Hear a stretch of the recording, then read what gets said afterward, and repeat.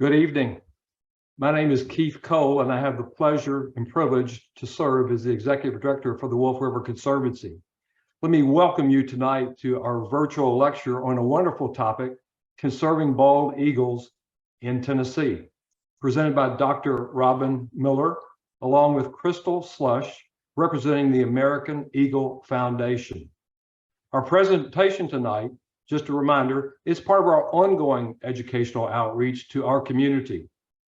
Our Director of Education, Kathy Justice, leads us through a variety of activities throughout the year in our community to better educate all ages of folks to the natural world around us. Kathy tonight is our leader or facilitator for tonight's lecture, and you'll hear more about that shortly. We also want to acknowledge our presenting sponsors for tonight's or this year's lecture series. Our corporate sponsor is Buckman, and our foundation sponsor is the Crawford Howard Private Family Foundation. Of course, we want to recognize all of our 2022 benefactors, which include AutoZone, Brother International, FedEx, Hyde Family Foundation, International Paper, Jim Karras, Subaru, Reen Container Technologies, and Silvamo for their ongoing support. But of course, we appreciate all of our supporters, corporations, community organizations, and individual donors and volunteers. They're all critically important to allowing us to deliver on our mission, which continues to be to conserve and protect the Wolf River and its watershed as a sustainable natural resource. And as always, you can visit, in fact, you can visit our brand new website at wolfriver.org to learn about all of our activities throughout the year, and you can safely and securely donate online. And of course, we encourage you to do that. A few housekeeping details for tonight. We ask you, please do not record your own version of tonight's lecture. We are recording it now. If you've registered for this lecture, you'll receive a link next week that will allow you to access a recording now and in the future. If you have questions, we ask you to use the Q&A feature in the Zoom link tonight and not the chat feature. Kathy Justice will be monitoring all the questions as they come in, and she'll ask those questions to our presenters at the end of the evening. Now I have the pleasure to introduce to you our presenters for tonight. Dr. Robin Miller. Dr. Miller, while completing her PhD in literature at Auburn University, started volunteering at the university's Raptor facility in 2012. She decided to pursue Raptor education as a full-time career upon graduating and joined the American Eagle Foundation's team in 2018. As an educator and a falconer, she hopes to share her partnership with Raptors as a force for good, inspiring a passion for avian conservation in the hearts of generations to come. Along with Dr. Miller, Crystal Slusher developed a fascination for bald eagles while raising her children. She began volunteering for the American Eagle Foundation in 2012, and in 2013 was offered a position as the Live Nest Cam Coordinator. She says that educating thousands of people, both young and old, about the natural behaviors of wild bald eagles and cultivating a passion in them to educate others about the threats that still remain for wild raptors has been incredible and very fulfilling. We're very pleased to have both Dr. Miller, Robin Miller, along with Crystal Slusher, and help me welcome them to our virtual stage tonight. Robin and Crystal, welcome. Thank you so much for having us. I just wanted to take a moment to extend my gratitude on behalf of American Eagle Foundation for having Crystal and I today. So thank you, Keith, and thank you, Kathy, for reaching out. It's always wonderful to be able to connect with a fellow conservation nonprofit here in Tennessee, even if you're on the other side of the plateau in Memphis. So we are just delighted to be here. I think the layout for tonight will be that I'll be covering a little bit about who we are and what we do as an organization. And then Crystal will be talking more specifically about our role in bald eagle conservation, our webcam program, and also our propagation program as well. So without further ado, I'm going to go ahead and share my screen. There we go. Excellent. So we are the American Eagle Foundation. We are a nonprofit organization that's dedicated to the conservation and protection of the bald eagle and all birds of prey. So we accomplish this through educational outreach and, of course, a deeply passionate commitment to conservation. As I'm sure those who work for Wolf River understand, it takes a lot of love to work in the field of conservation. And those of you who are part of their community likely understand that too. So we want to do community outreach to inspire our global community to join us in our mission to protect the bald eagle and all birds of prey. Now, we have been in business for over 25 years as a nonprofit. Our legacy started specifically with bald eagles, but as we have expanded as an organization, we saw a need for other conservation initiatives with raptors native to Tennessee. So that has become our focus. And our conservation mission is based on 3 mission pillars, which are 3 words you'll hear me say a lot this evening: conservation, education, and protection. So we are home to over 70 non-releasable raptors and other birds. We have 2 corvids. These are non-releasable due to permanent disability. So they either have some sort of physical injury, previous illness, or are something called a human imprint, which would prevent them from surviving and thriving in the wild. So these serve as our educational ambassadors to help inspire that commitment to joining us in conserving them. One of them in particular you might have heard of is Challenger the bald eagle. He has a legacy of flying over numerous sporting events. He's met 4 US presidents, and he has served as an ambassador for his species for over 30 years at this point. When the bald eagle was delisted from the endangered species list in 2007, it was Challenger at the White House serving as an ambassador for his species and representing the triumph of the bald eagle's return from near extinction. Our other conservation initiatives include our annual Bald Eagle Grant. We, through the Bald Eagle Coin Act that we lobbied for, receive a surcharge from these commemorative coins that are sold by the US Treasury and ourselves. And we're able to contribute over $100,000 in research grants each year. The recipients are determined by a panel of experts in their field that are outside of AEF. And we have helped support research on lead toxicity, windmills and turbines and their impact on bald eagle populations, along with factors including habitat and access to food. So this year, in fact, we're actually celebrating our 10th anniversary of this grant program, meaning that we have contributed $1 million to bald eagle research. We're also a big fan of hosting cleanup initiatives, especially for American Eagle Day, which occurs on June 21st. These initiatives are designed to keep bald eagle and raptor habitats clear. We tend to focus on rivers, and we also incorporate safety initiatives into that. So we've installed a few monofilament receptacles for recycling monofilament and preventing wildlife entanglement. We partner with organizations across the globe to help combat species extinction, particularly with raptors.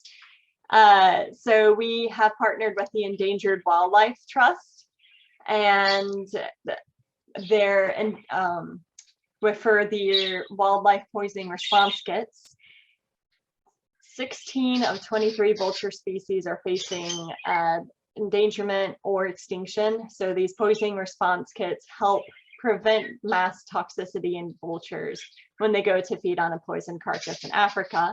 We've also sponsored for a year an Asian vulture restaurant. I know that may sound a little funny, but essentially a vulture restaurant is a safe place for vultures to come and eat cow carcasses that have not been treated with toxic substances like diclofenac, which is an anti-inflammatory in Asia that resulted in a 90% decline in vulture populations. So by doing this sort of outreach internationally, we hope to help safeguard the vulture populations in Asia and Africa, and return them from near extinction the way we played a role in supporting bald eagle populations here in the US. We do have some forthcoming initiatives, and I don't want to steal Crystal's thunder too much with this first one, but we're hoping to use our community to better monitor populations of bald eagles here in Tennessee.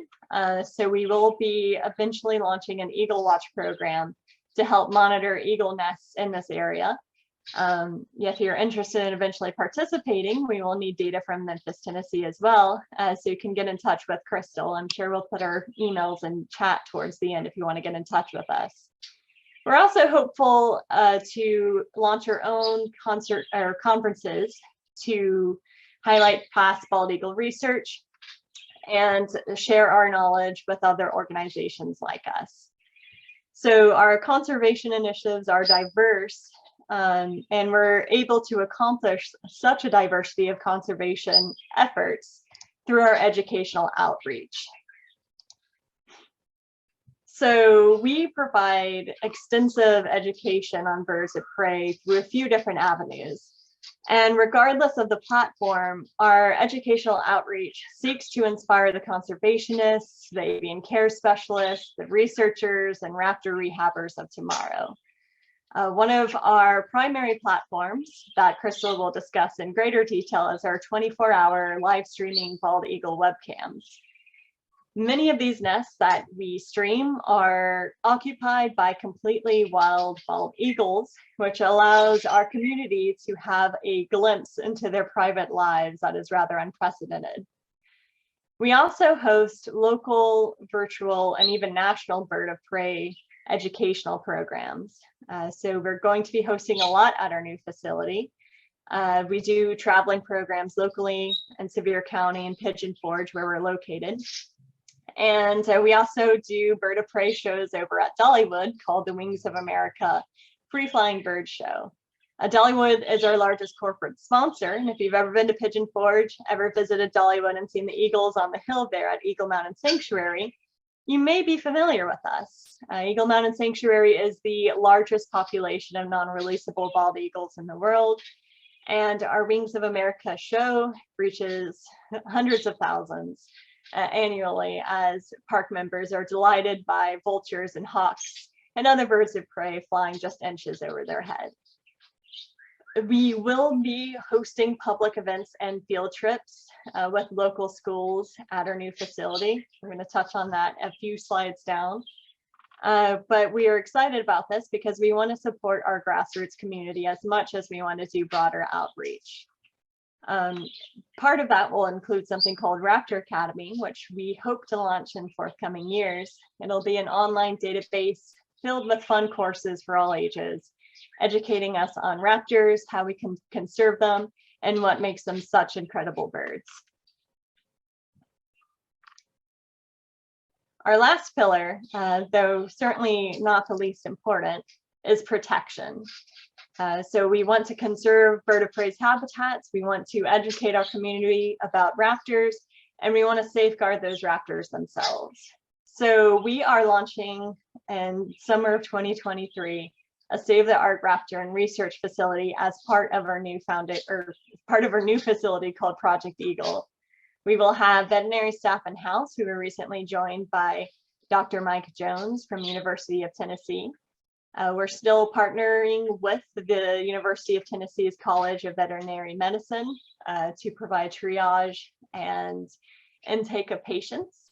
And through that, we are able to accomplish comprehensive raptor rehabilitation. Eastern Tennessee has a need for raptor rehab. Prior to Lynn McCoy retiring from rehabilitation, we were one of few in the area. And now we'll be able to help support our native raptors like never before. In addition to taking in injured raptors and birds of prey, treating them, and hopefully releasing them back to the wild, we are also supporting dwindling populations through our propagation programs. We, in the past, have had a bald eagle propagation program with great success that helped return nesting pairs of bald eagles to the state of Tennessee. We were without nesting pairs for about 30 years, and we were given a few breeding pairs from all the way from California and some other facilities. And again, I'm trying not to steal Crystal's thunder too much with this. And through this program, non-releasable bald eagles were able to rear offspring just as they would in the wild and also support wild populations. We did learn that barn owls have been on decline in the area due to habitat loss, the use of rodenticides, and other factors. So we have launched a brand new barn owl propagation program just this past year. Our 2 barn owls came all the way from World Bird Sanctuary. Their names are Barney and Barnadette. And they are non-releasable, but also very prolific as parents. In the short time we've had them, they've already successfully reared 5 offspring. So we hope to stabilize native raptors here in Tennessee by allowing even their non-releasable kin to contribute to their populations while living life just as they would in the wild.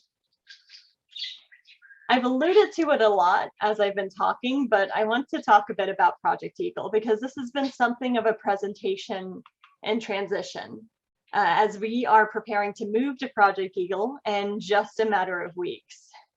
So for context, our current facility is on Dollywood's property, which they have been gracious enough to let us use for over 30 years. In 2020, we purchased 57 acres. So we're upgrading from 5 acres to nearly 60 acres of land. We're just off of exit 407, the gateway to the Smokies, and down the road from Seven Islands State Birding Park. In 2021, we hosted a groundbreaking ceremony, and we're hoping to open to the public in the summer of 2023. And you can see how spacious this land is. Our thumbprint on it is relatively minor to allow us to accomplish conservation and protection in some new ways unprecedented for us as an organization. So we will have an educational campus at Project Eagle. This will feature 3 adaptable classrooms that double as 1 large conference space, a raptor museum with seasonal exhibits. We also will have an admin building, which may not sound exciting on the surface, understandably, but there will be a full-size studio there for educational outreach via the internet, through live streaming, and through that Raptor Academy platform I mentioned earlier. Our outdoor areas will include an American chestnut grove with the hybrids that are resistant to the blight that took the chestnuts out in hopes of returning them to United States' landscape. We'll have a pollinator garden, a certified monarch way station, an outdoor playscape that lets kids explore through play the life cycle of a raptor hatching from the egg, branching, and then fledging from their nest via zip line. We'll have spacious aviary wings that adhere to the latest U.S. Fish and Wildlife recommendations. They will be the largest of their kind in the United States, I believe. And we'll also have, of course, that rehabilitation and research hospital, which will allow us to have a greater number of raptor patients intake and hopefully release throughout the year. So we are very excited about our future. And just before I turn it over to Crystal, I want to encourage each of you to stay in touch with us if you would like. We have social media followings or presences on Facebook, Instagram, Twitter, LinkedIn, TikTok, and Reddit. So if it's a social media platform that you use, chances are you can find us there. Some of our Raptor ambassadors have their own social media presence through Instagram. So if you want to learn more about how charismatic vultures really are, or how intelligent ravens are, or how fast peregrine falcons can be, I invite you to follow George the Vulture, Poe the Raven, Petunia the Peregrine, Challenger, of course, is on Instagram, and Bash the Vulture. You can also join our newsletter, which is Flight Path. It is quarterly, and it will provide all the updates on our conservation initiatives moving forward, along with highlighting our move into Project Eagle. So it contains all the raptor goodness that our community craves. If you scan that QR code, that should take you to our sign up page. So that's a little bit about who the American Foundation is, just kind of it didn't seem top level, but it was of what we do in our day-to-day operations and how we seek to support native bald eagle and raptor populations here in East Tennessee. At this point, I will turn it over to Crystal and stop screen sharing so that she can share with you in more detail how we help conserve bald eagles.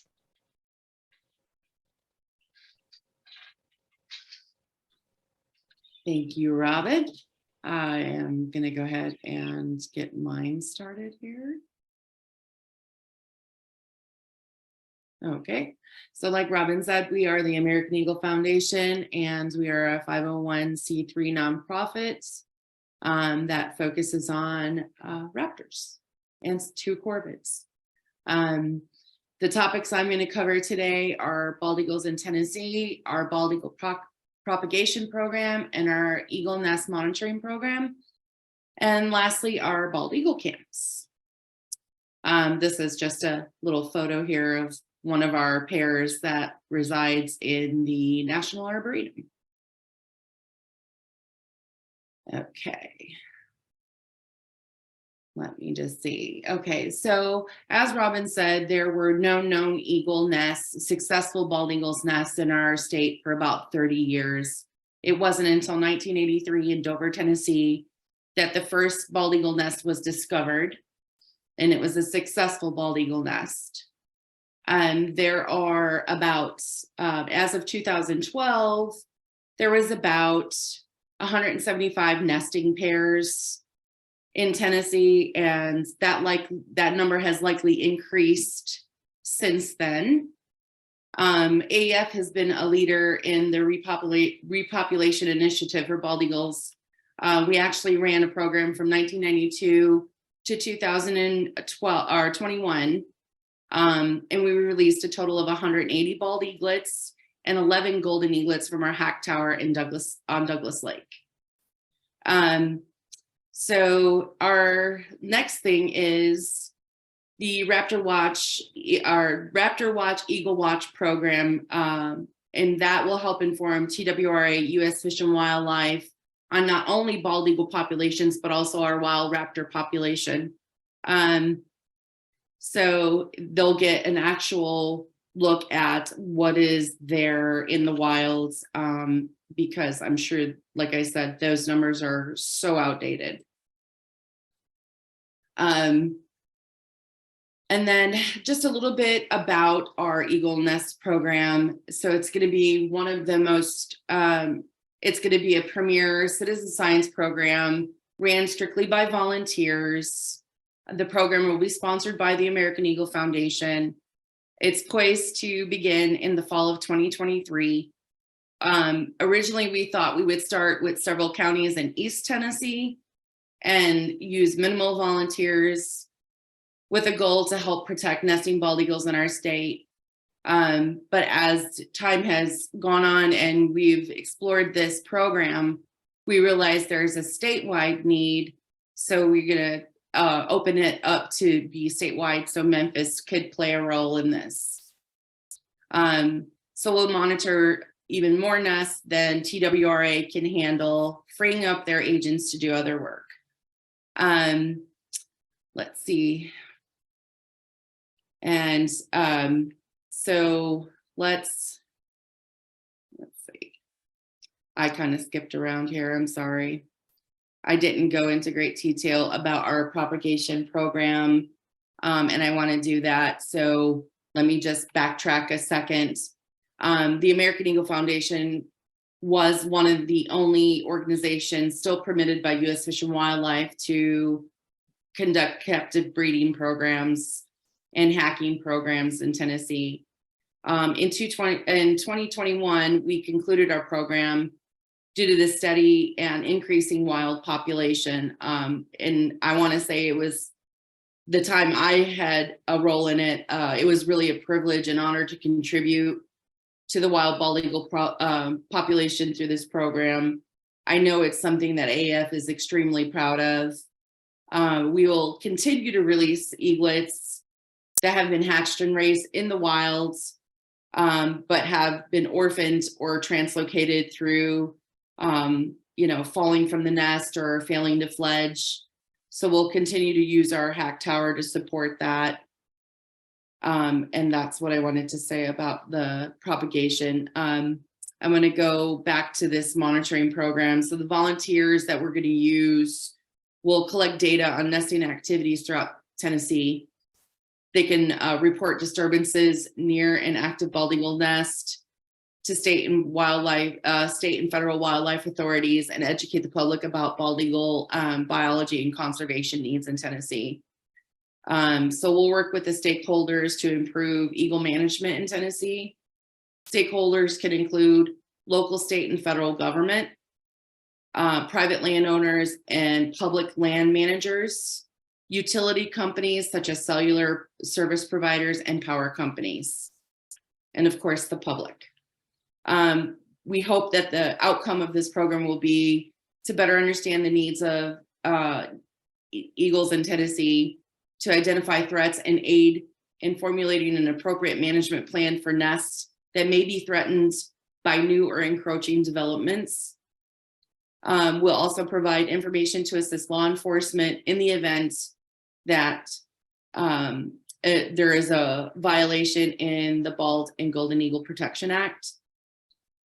We will assist, our volunteers will assist with rescue and transportation of downed eagles due to accidents or as results of storms. We will confirm and enhance the TWRA's nesting activity and productivity data. We'll discover and document previously unrecorded nests, because there is a lot of them there.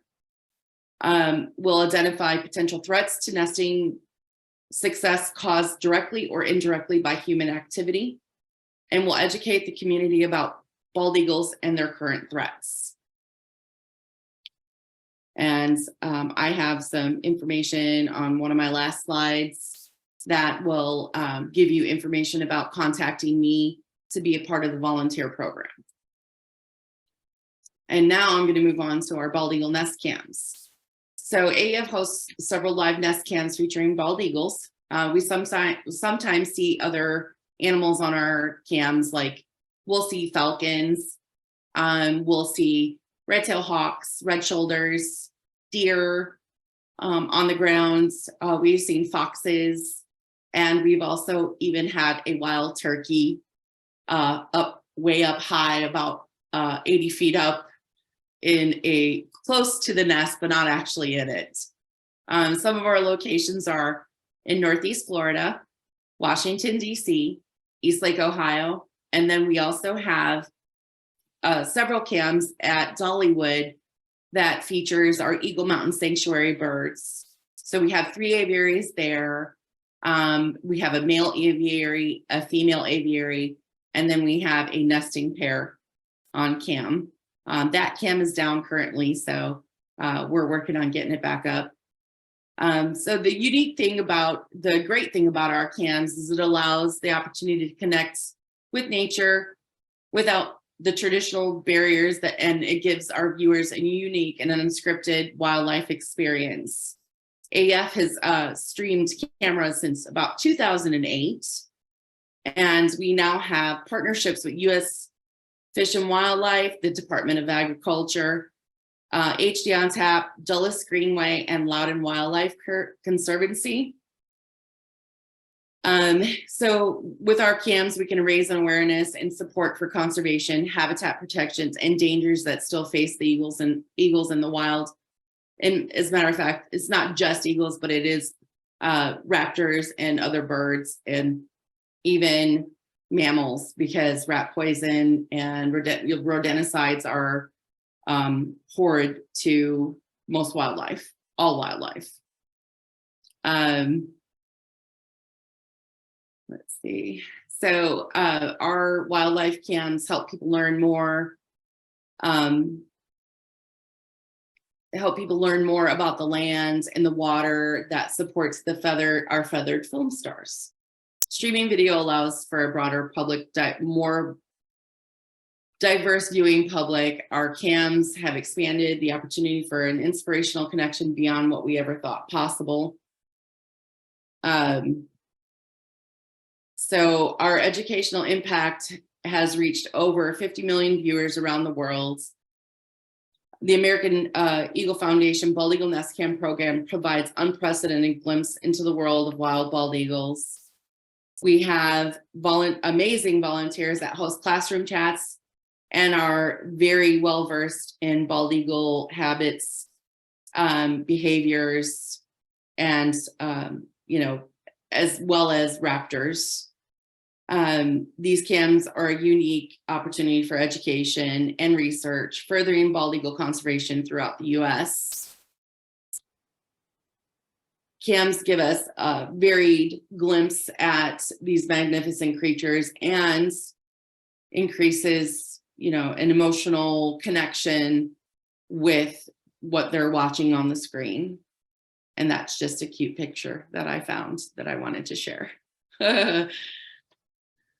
And then I think that was it. So if you're interested in our nest monitoring program, you can email me at crystal@eagles.org. And if you're interested in our live nest cams, you can visit that link there, eagles.org. What we do, educate, and then our live HD nest cams. You can see the list of nest cams that we have. We have a few of them that are in transition, or our nesting pairs have moved. So we're, some of them have moved to very remote locations and we can't get cameras back to them. So those are on the list, but the other ones are there as well. So you're welcome to take a look at those. We have a chat on a dedicated chat on there where our volunteers educate the public about what's going on. Things are pretty interesting right now because we're entering into nesting season. So I would say that now is a great time to check it out. And I think that was all I had. I do have our page up if we would like to show off our cams and give them a glimpse at that. For sure, share that. Mm-hmm. I can stop sharing on my ends. Okay. Here we go. That way I can also share how to access them. I figure Gabby will be at the nest, hopefully. She usually is around this time. There she is. So this is, it's not going to let me make the camera full screen since I'm already on full screen mode. Hold on. Oh. Looks like she's all tucked in for the night. She is. So do you want to talk a little bit? I know that it's been tough, but do you want to talk a little bit about Gabby and this nest, and we can also show DC? Yes, I can definitely do that. This nest is actually in transition right now. We're seeing bald eagle behavior at its best or at its worst. So the male on this nest, his name was Samson. He was the former offspring of the original nesting pair here, Romeo and Juliet. And he disappeared the day after Thanksgiving. There was no signs of illness, no intruders. And so we're kind of confused. It seems to be a mystery as to what happened to him. There is a new suitor. He has spent a few nights with Gabby, and they actually, I believe they mated this morning. So typically first year pairs don't produce eggs. So it'll be interesting to see if it actually happens, because then that would prove us wrong. And we don't mind being proved wrong. So yeah, this nest is in a great location. It's beautiful during the day.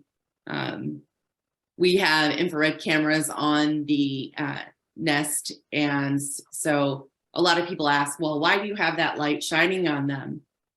We actually don't have a light shining on them. To them, it is dark. Just like if we were standing at the nest and looking up, we would not see a visible light. There's tiny electrical charges in the camera that turns that infrared light into a monochrome image, which is what we're seeing right now. Kind of works like a remote does. Do you want to switch over to DC? Absolutely.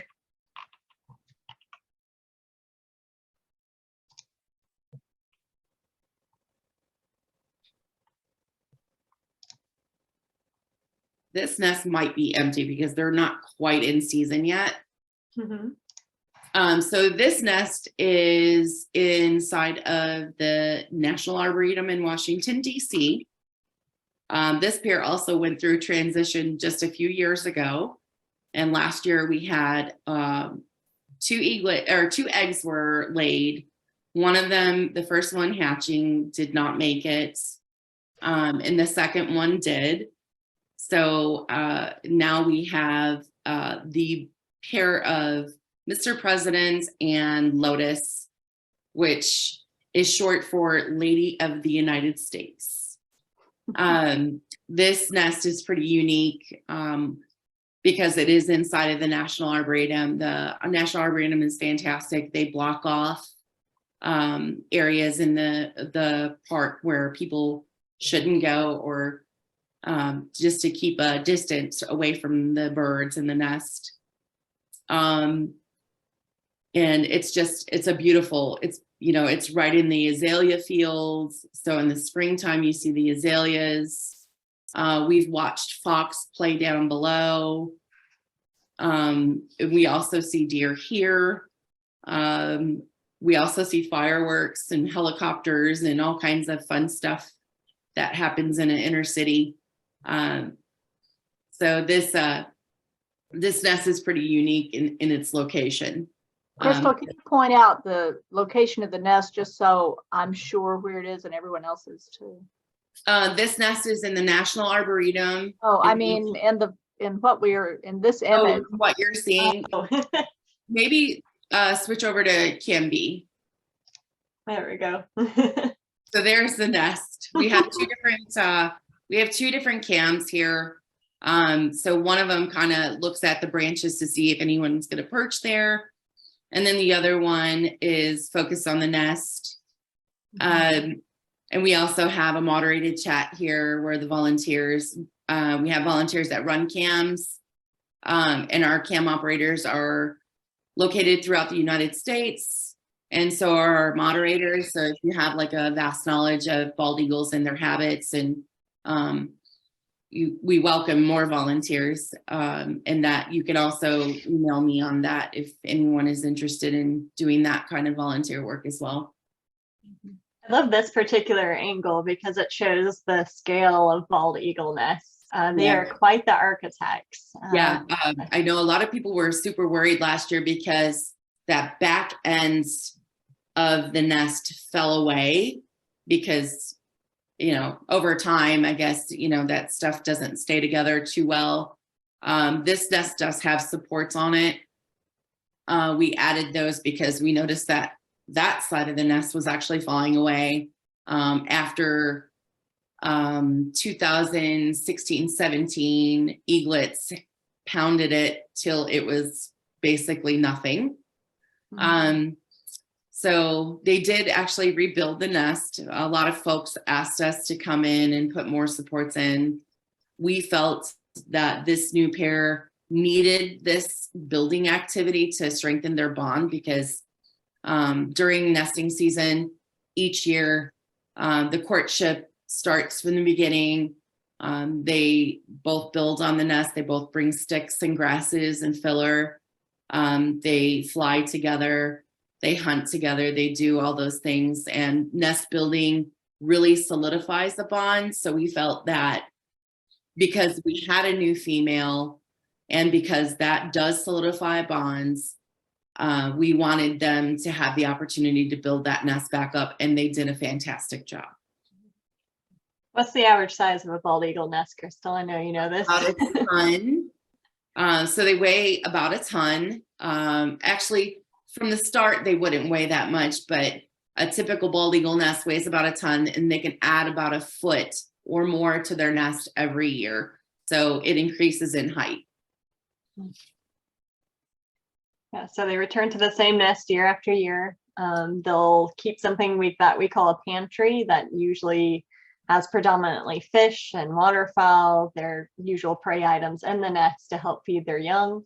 Yes. Because of the 30% size difference between females and males, females tend to be the larger of the two. They tend to catch a variety of prey and both contribute towards rearing their young.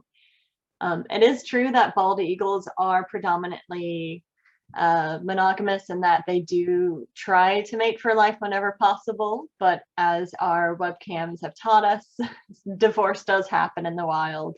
It absolutely And of does. course, they will move on and find a new mate and help secure the species when the need arises, as heartbreaking as it may be to watch.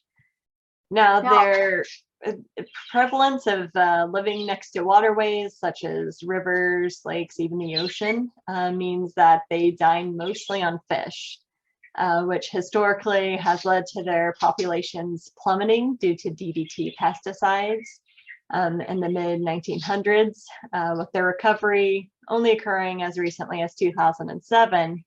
But today, through our research programs, we've observed an uptick in lead toxicity in bald eagles from presumably lead fishing tackle that from snap lines that fish escape with or ingest.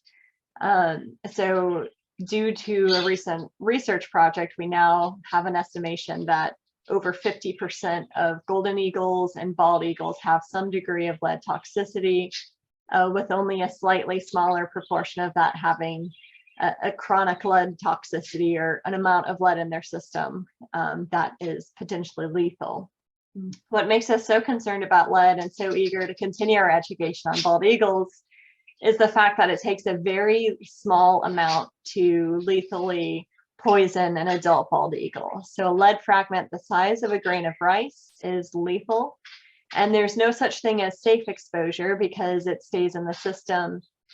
So they can be exposed to that rice grain of lead over the course of years. It doesn't leave their system. They're not able to process it. And if we're seeing this in bald eagles, we can assume safely, since they are apex predators, an indicator species for ecosystem health, that it is impacting our watersheds and everything in the food web beneath them as well. So we haven't seen that, thankfully, come into play with our nest, that we've had to rescue a few offspring from fishing line and fishing hooks ingested by fish brought into the nest. But our hope is that through educational outreach and opportunities like this, we can continue to safeguard the bald eagle population. It still seems to be soaring high, even if that lead is starting to impact reproductive rates. The bald eagle population has quadrupled since the last count. And that is an astonishing recovery from, what was the number on this side of the Chattahoochee? 175 nesting pairs. Mm-hmm. Yeah, at their lowest point, there were 175 nesting pairs to a quadrupled amount from even just a couple of years ago.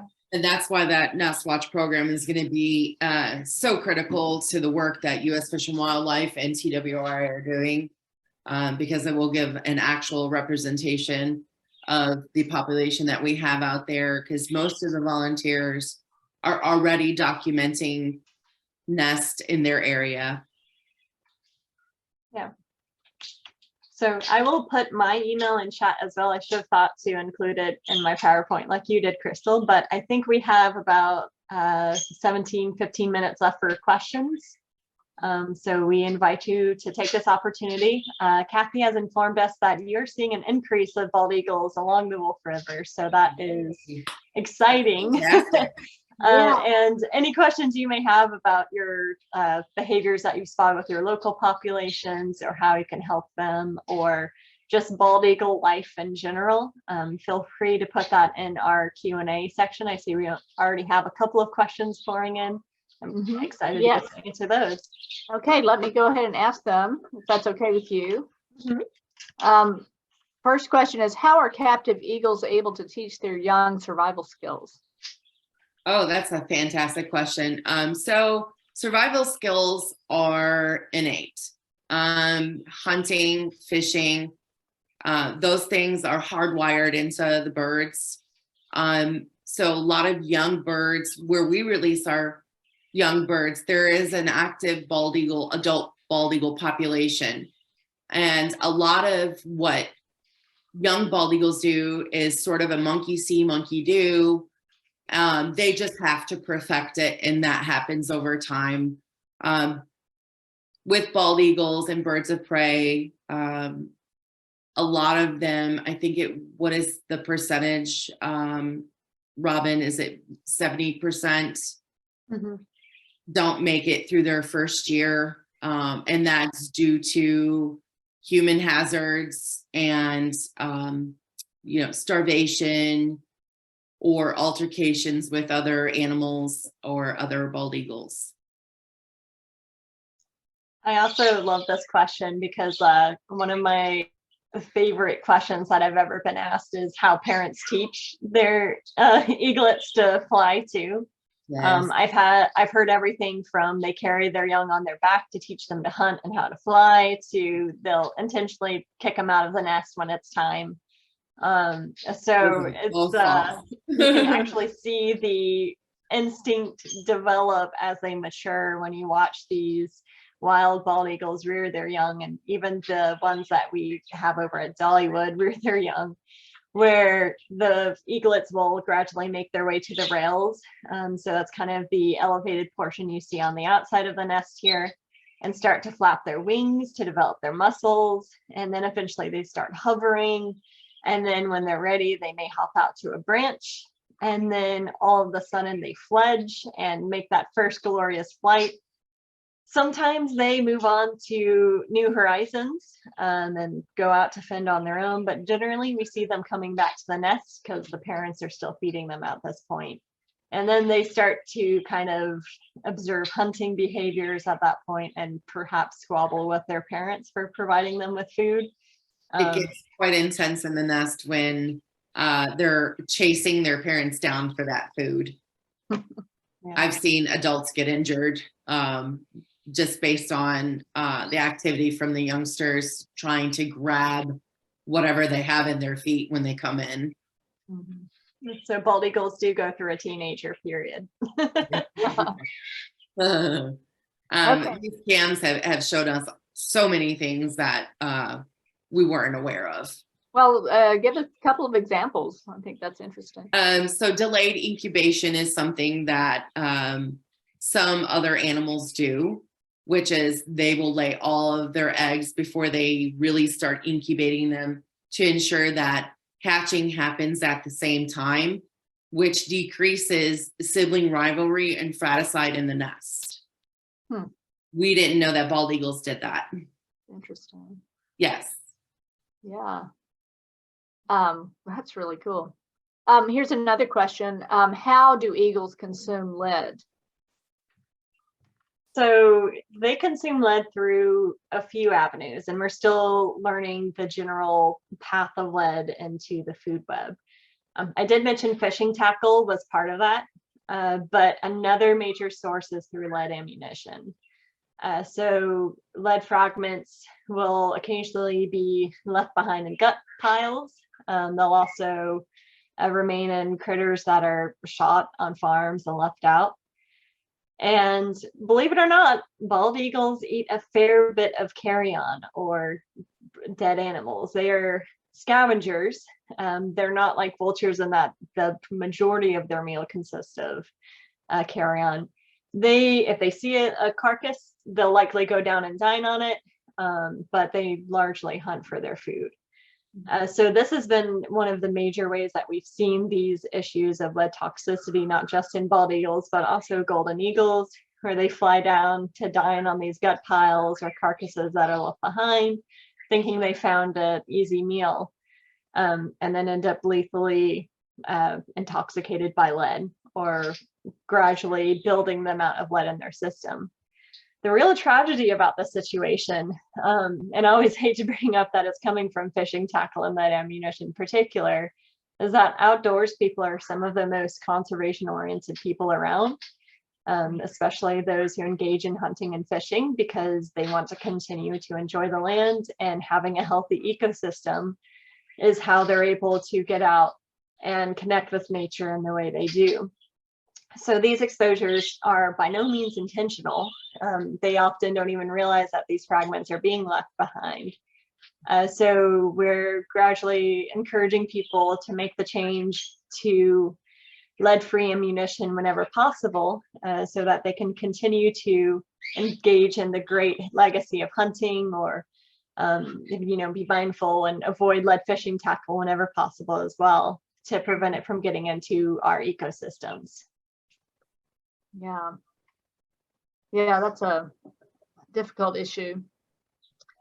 Okay, well, let's go on to another question, which I thought up, which is, have you ever seen one of these big nests fall out of the tree?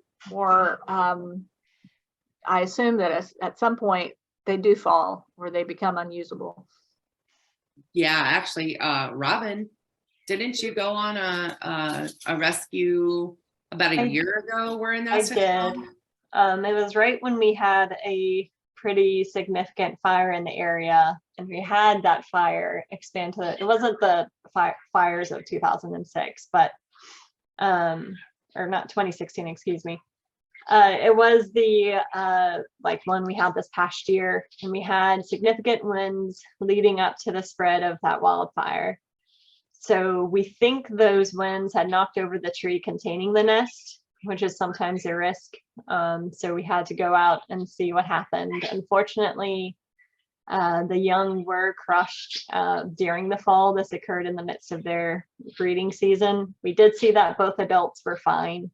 So they were able to fly off when the tree started tipping, but their young were not so fortunate.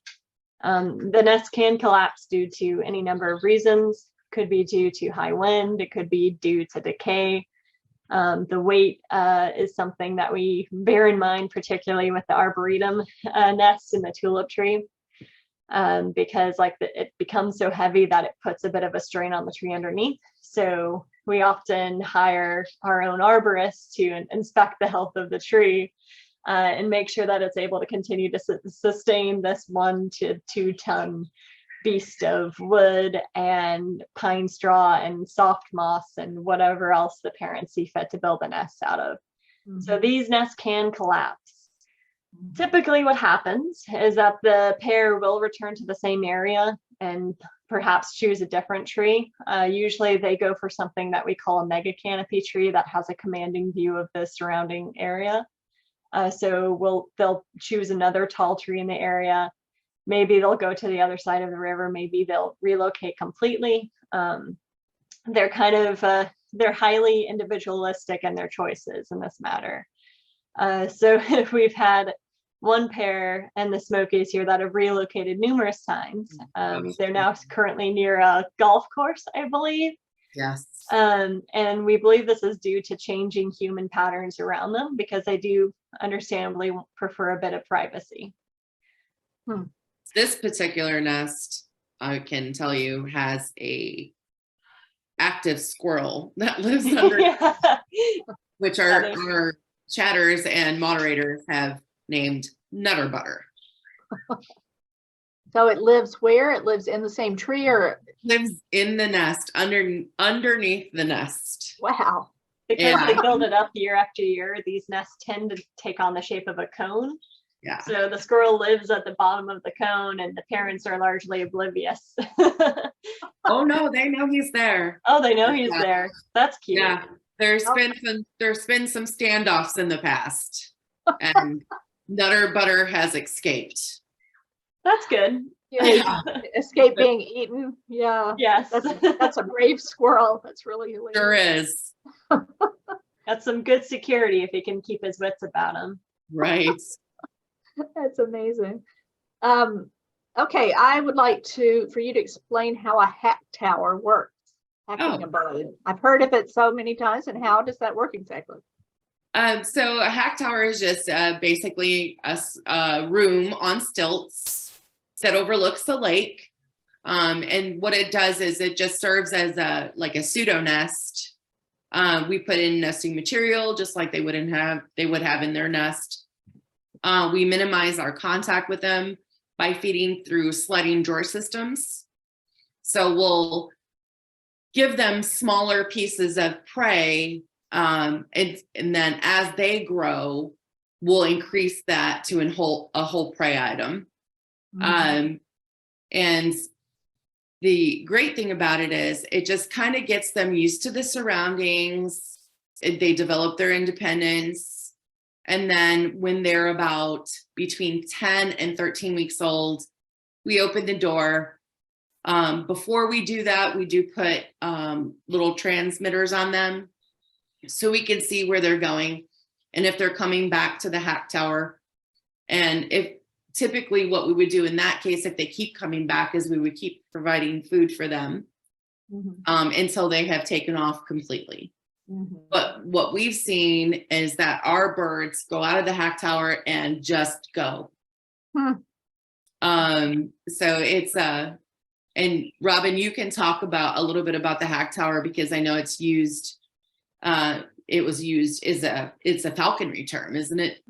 Yeah, the use of hack towers originated from falconry practices, because with raptors, if you work with a raptor of a certain age, usually just out of hatching to before they fledge from the nest for the last time, they can become something called human imprints, meaning that they forever look to humans for food.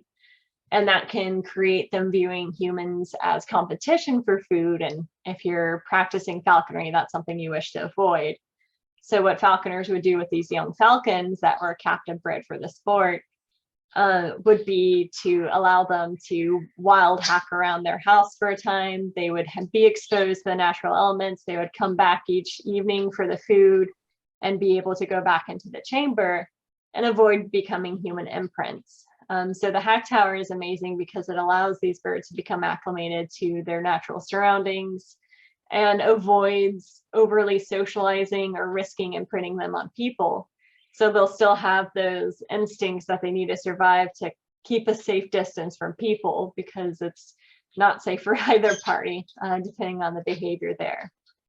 I also want to mention too, did you talk about our little whistle trackers? Yeah, that's the transmitter that we put on a tail feather. And like I said, it provides us with the information on where the bird is going. And if it is coming back to the hack tower, we can continue to provide food, because it is just basically a pseudo nest. And we don't worry about it impacting their survival. They typically have the whistle tracker. We did something called a patagial tag for a long time, which is a tag on their wing. But now we banned with U.S. Fish and Wildlife metal bands so that we can get information about their success rates. With the trackers and the tags in particular, birds tend to go through an annual molt over the summer when the weather is warm and the prey is plentiful. So as they molt out their feathers, they will naturally shed the tracker and the tag as well. So they'll have that leg band on, which can be reported through the U.S. Fish and Wildlife webpage portal. But beyond that, they'll lose those visual identifiers and the tracker, which by that point has lost its battery life. Trying to figure out what Gabby is watching here. I wonder if he'll see the visitor come by. I don't know. I think this might be the visitor. And yeah, I had a feeling it was going to take off. Yeah, she did the pre-flight poop there. Yeah. Our cam ops will probably be on top of this, like, because we have amazing cam operators that follow everything. You can always When you say visitor, what do you mean by visitor? So this is a nest that is in transition, and this new male that is around is considered a visitor because he has not staked claim to the nest. He is working on that. So once he does stake a claim to the nest, that looks like that might be Gabby. then we'll probably give them a name. Our community loves giving them names. They're not pets. We don't treat them like pets. Like Robin had touched on, we have rescued several bald eagles from these nests that are on our cameras. And the only way that we are able to do that is if it's due to human impact. So one time we rescued out of this nest because a fishing line was tangled around the youngster's leg. Another time, in the arboretum, the eaglet leg was caught in the nest. And because we put supports in, we actually changed the structure of the nest. The U.S. Fish and Wildlife allowed us to go in and do that. And then the last rescue that we did was actually right here in Tennessee. It was from our Smoky Mountain eaglet, or Smoky Mountain birds, which are both actually, fun story, were released from our hack tower. The female was released in, I believe, 2008.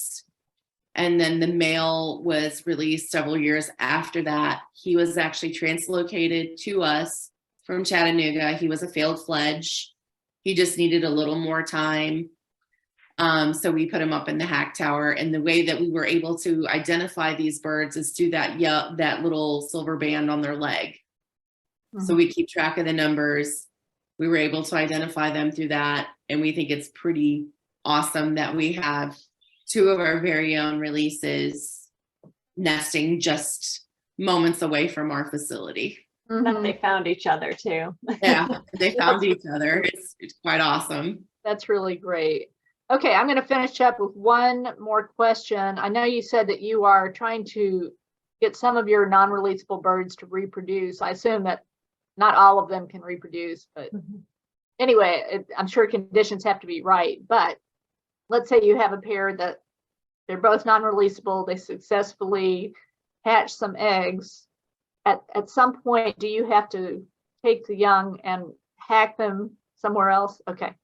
Yeah, so with our propagation program that we had, we're no longer doing that. We will let our current pairs finish out their lives together, but we'll no longer participate in bald eagle breeding.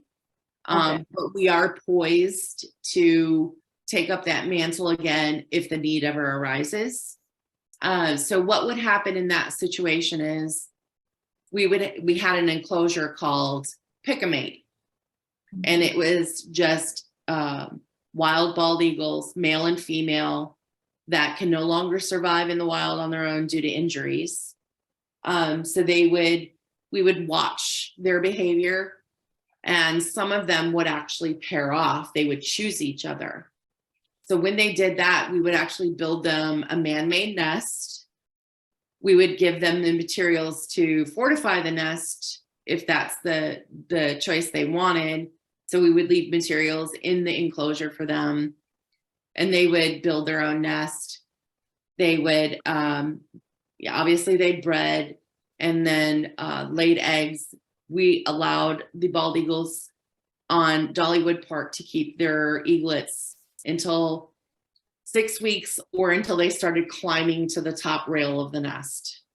Once they climbed to the top rail of the nest, they would be able to see us bringing in food for them, and that could create a human association. And we don't want to do that. We want to keep them as wild as possible. We want them to know they're bald eagles.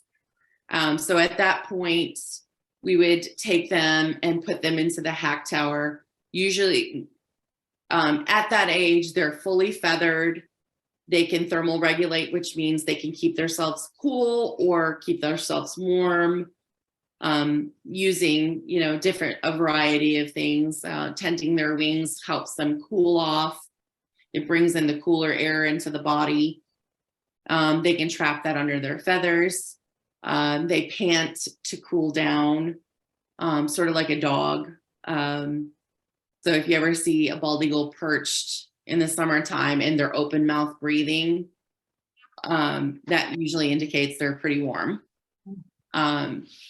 So they would stay up at the hack tower from the age of between 6 and 8 weeks on to like 10 to 13 weeks, because that's when they would typically fledge a wild nest. Mhm. Okay. Well, this has all been so interesting, and I can't wait to visit your new facility. We would love to have you. Yes. Of course, if I can get you to pet sit my dogs, it'll be a lot easier. So, We love all animals. Yeah. well, thank you very much for joining us tonight, both of you, and for staying up late. You're an hour later than we are. So, Mhm. and come on over to West Tennessee sometime, and we will get you to paddle down the Wolf River, and maybe we'll even take you up to Reelfoot Lake where they've. That's my goal. I need to get to Reelfoot. I used to visit the Mississippi River when I lived in Illinois, and just incredible to see them in those kind of numbers. Yeah, they're yeah, we have a big old Eagle Fest up at Reelfoot every year. Oh, Love that's it. amazing. And some great nests too. I've seen them on the nest up there. So it's really great. All right. Well, thank you very much. And we'll have you back sometime. This was great. Thanks. Okay. Thank you. Have a wonderful evening and a great holiday season. Okay. You You too. too. Thanks Bye-bye. everybody for Bye, everyone. joining us. Bye. Thank you. Uh-oh. There we go.